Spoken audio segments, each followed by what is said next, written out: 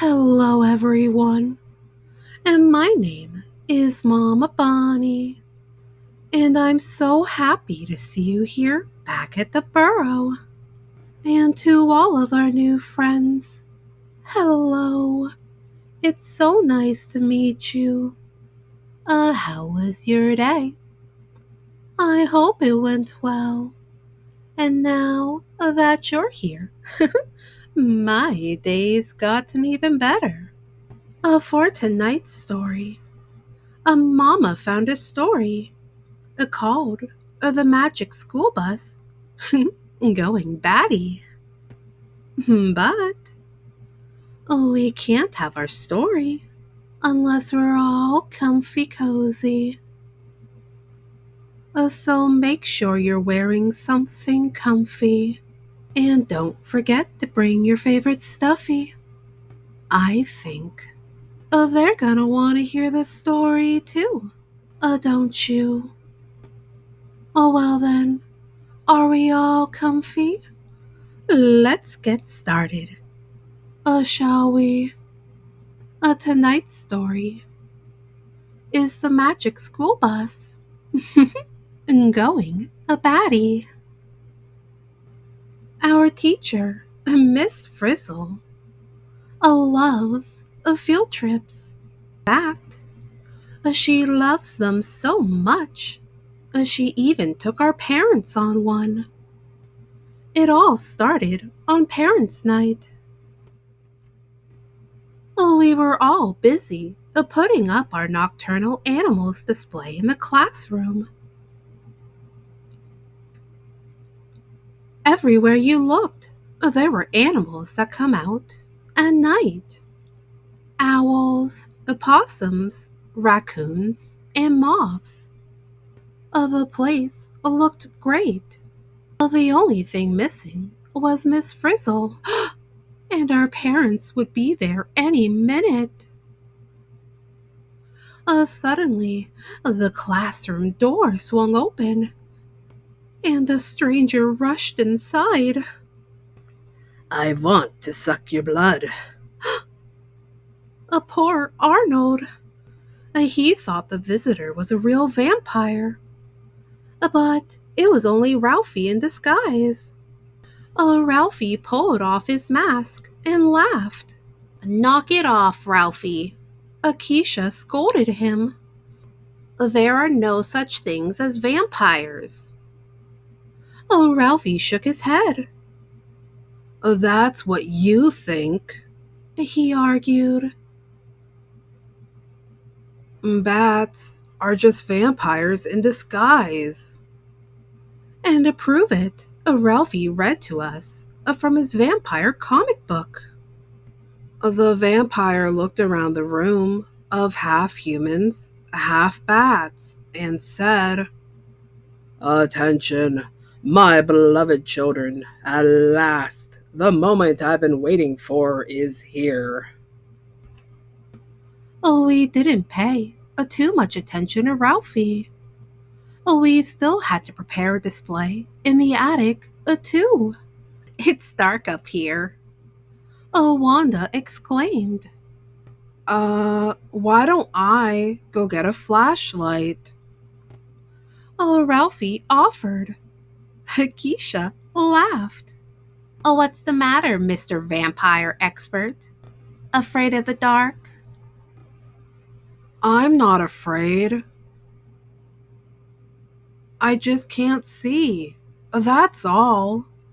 Ralphie said. Maybe you can't see, Ralphie. Carlos said. But that bat up there can. A small brown bat hung upside down from one of the attic beams. The little guy was fast asleep. Wow, Dorothy Ann said excitedly. A real creature of the night. Oh, whoosh. The bat awoke and flew right over our heads. Just then, we heard a creaking noise coming from the wooden beams above. There was a blast of wind. Someone, or something, swung down from above.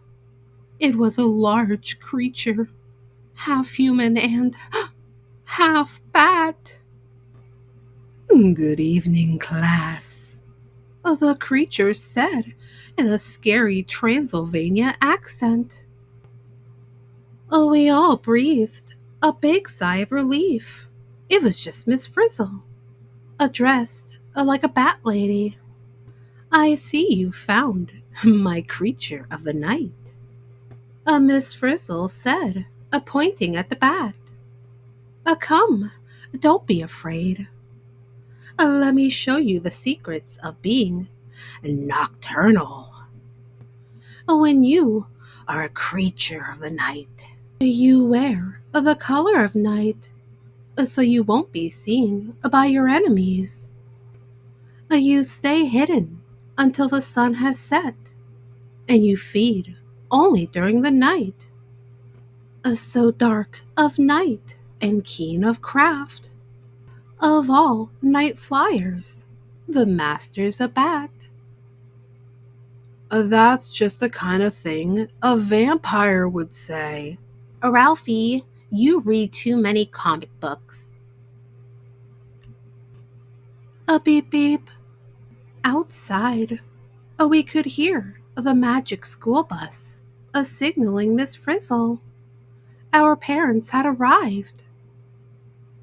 We were all excited that Miss Frizzle would finally meet our parents. Except Ralphie, that is. Ralphie was convinced Miss Frizzle was a vampire. Your attention, please, Miss Frizzle called. I thought for the parents-only portion of the evening, we might go someplace a little more breathtaking. We all stared at her. A field trip for our parents? Miss Frizzle turned and headed toward the magic school bus. Come along. I won't bite. And don't you worry about the children. They'll be taken care of. That was all Ralphie needed to hear. Yikes! We're next, he gasped. I wonder where Miss Frizzle's taking them, Tim asked as he watched our parents drive off in the magic school bus. Vroom! Just then, Liz pulled up on a very strange-looking motorcycle, complete with sidecars. I don't know, Ralphie replied, leaping into a sidecar. But we have to find out. Follow that bus. We each buckled ourselves into the sidecar. With Liz in the driver's seat, we followed the magic school bus away into the country and across a narrow road that led to an island. The bus stopped in front of an old, crumbling castle. We watched through the bushes as Miss Frizzle opened the castle doors. A swarm of bats zoomed out into the dark night. Why would Miss Frizzle bring our parents to a place full of bats? Wanda asked. And mosquitoes, Dorothy Ann added, swatting at a bug. Because she's a vampire. That's why. Ralphie said. Ralphie, Keisha said. Miss Frizzle can't be a vampire because vampires don't exist. I'm sure there's a perfectly logical explanation for all of this, and I'm going to find out what it is. She ran up to the castle doors. Wanda tried opening the door, but the knob came off in her hand. We certainly weren't getting into the castle that way. Admit it, Ralphie, Keisha said. This vampire thing is a bunch of junk. Ralphie peered into a nearby window. Oh, yeah? Then explain why Miss Frizzle is making our parents drink blood. Keisha moved over next to Ralphie and looked through the window. Hold it, she called back to us. That's not blood. It's tomato juice. Carlos slapped at his arm. Get away, you bloodsuckers, he yelled. Vampires? Ralphie asked nervously. No, mosquitoes, Carlos answered. A few bats swooped down from a nearby tree. More bats! Ralphie screamed. We watched in fear as the bats flew closer and closer. One bat circled above Arnold's head. It opened its mouth and captured a mosquito in midair. The bats don't want to eat us, Phoebe said. They want to eat the mosquitoes, which proves they aren't vampires, Keisha exclaimed, looking straight at Ralphie. We peeked in the window of the castle. Miss Frizzle led our parents around the corner and into the next room. Hundreds of tiny pink bat babies hung from the ceiling. Aren't those bat babies cute? Phoebe asked. Keisha pointed to a mother bat feeding one of her young. See, Ralphie? She explained. Bats are mammals, not vampires. Their babies drink milk, not blood. Ralphie looked through the window. His face turned white. Get down, he whispered. The frizz is coming. Ralphie raced across the moonlit courtyard to the magic school bus. Ralphie, what are you trying to do? Wanda cried out. Get us out of here.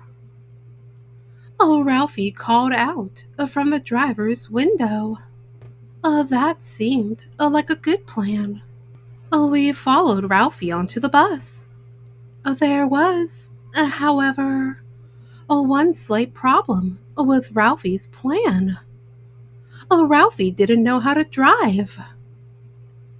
He looked at the dashboard. He spotted a button with a bat on it. Ralphie pushed the button. The bus spun around wildly.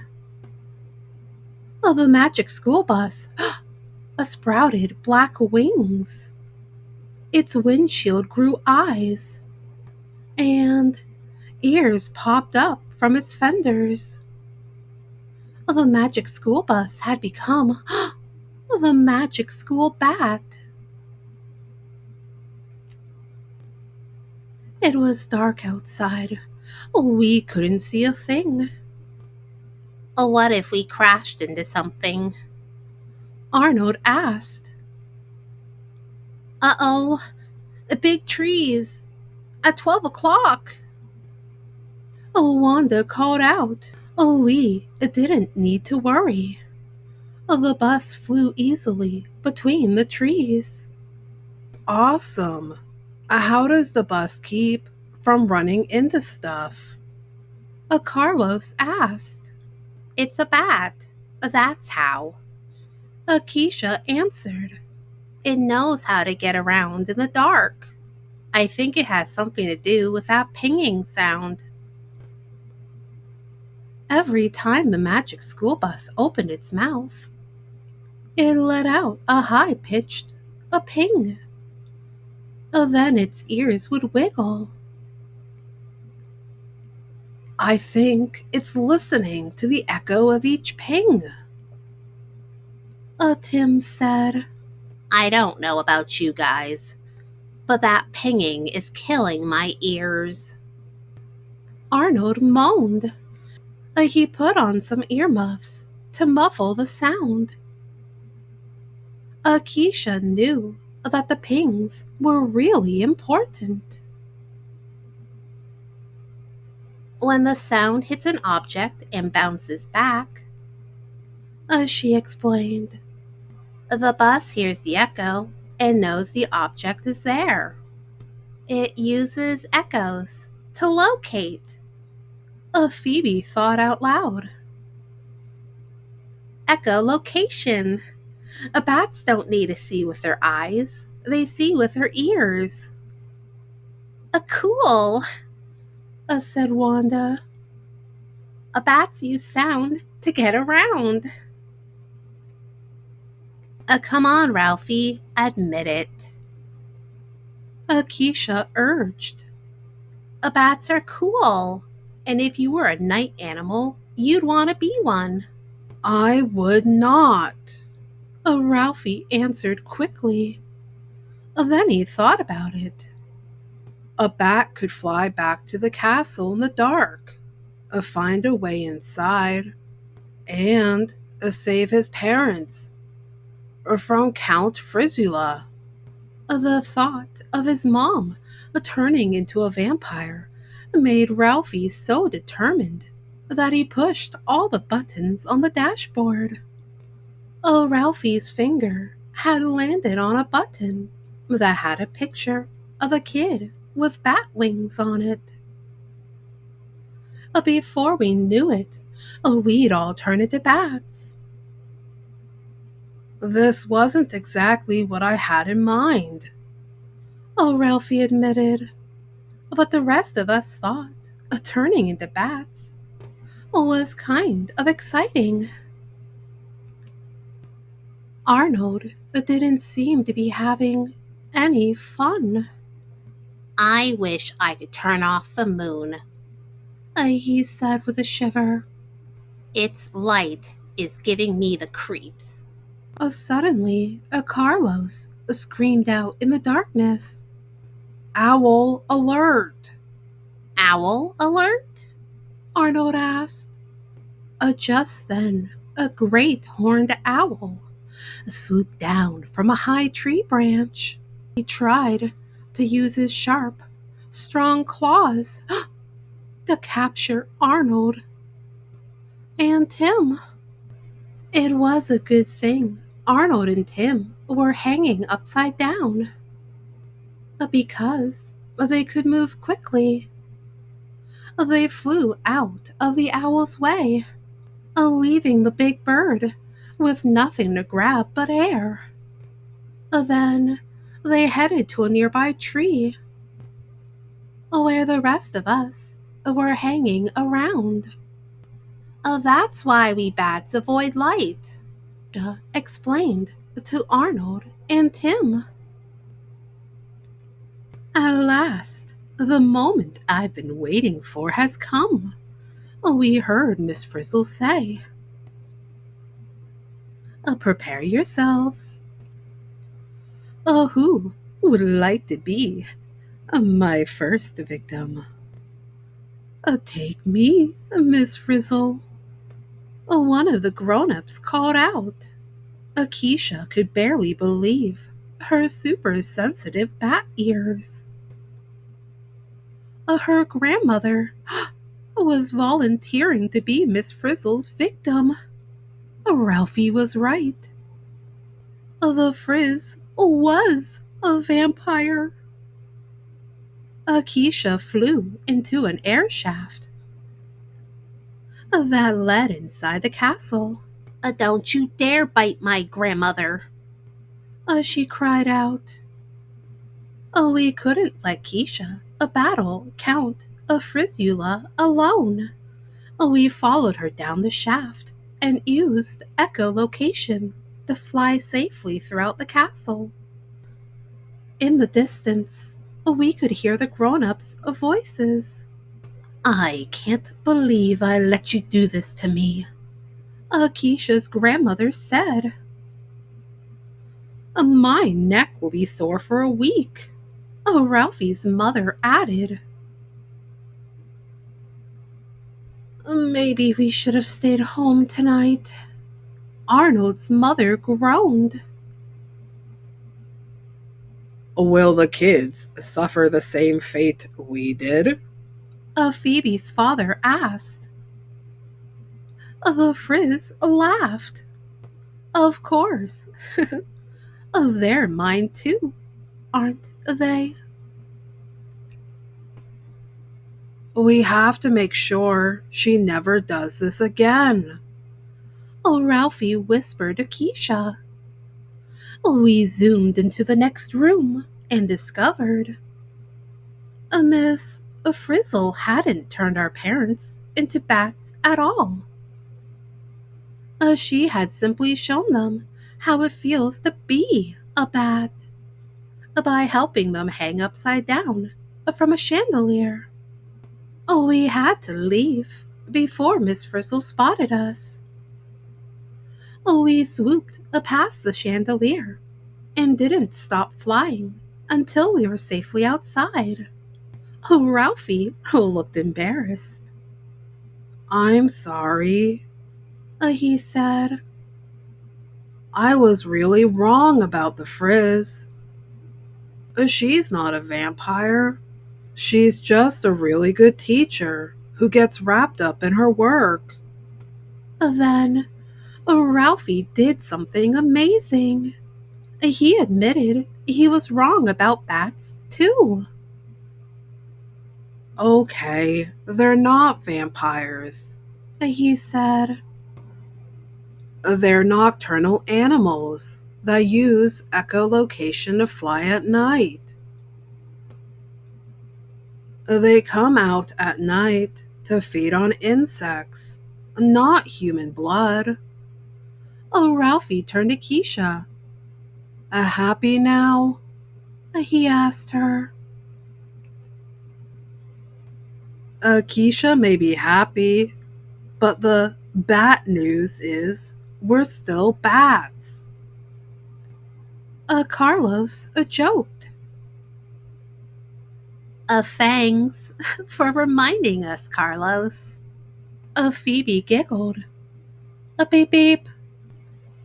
The magic school bus flew by, with Liz at the wheel. It stopped just long enough for us to fly on board. Before we knew it, we were transformed from bats back into kids. Well, what do you know? It's our kids. Arnold's father said as he left the castle. Ralphie's mother looked him squarely in the eye. I know that guilty look, Ralphie, she said. What's going on? Miss Frizzle put her arm around Ralphie. Oh, I'm sure they were just hanging around, she answered with a smile. Right, Miss Frizzle? Ralphie agreed. And that's all. The end. Oh my, what a very fun story indeed. Could you imagine becoming a bat? Why, that sounds like oodles of fun. And now then, little ones, I think it's getting late and we should go to sleep. So, get all snuggled up underneath your blanket. Hold your favorite stuffy tight, tight, tight, so they know they are loved. Oh, and dream some wonderful dreams. And while you're having those wonderful dreams, I'll get our story ready for next time. How does that sound? And always remember, Mama Bunny loves you very, very much. Good night.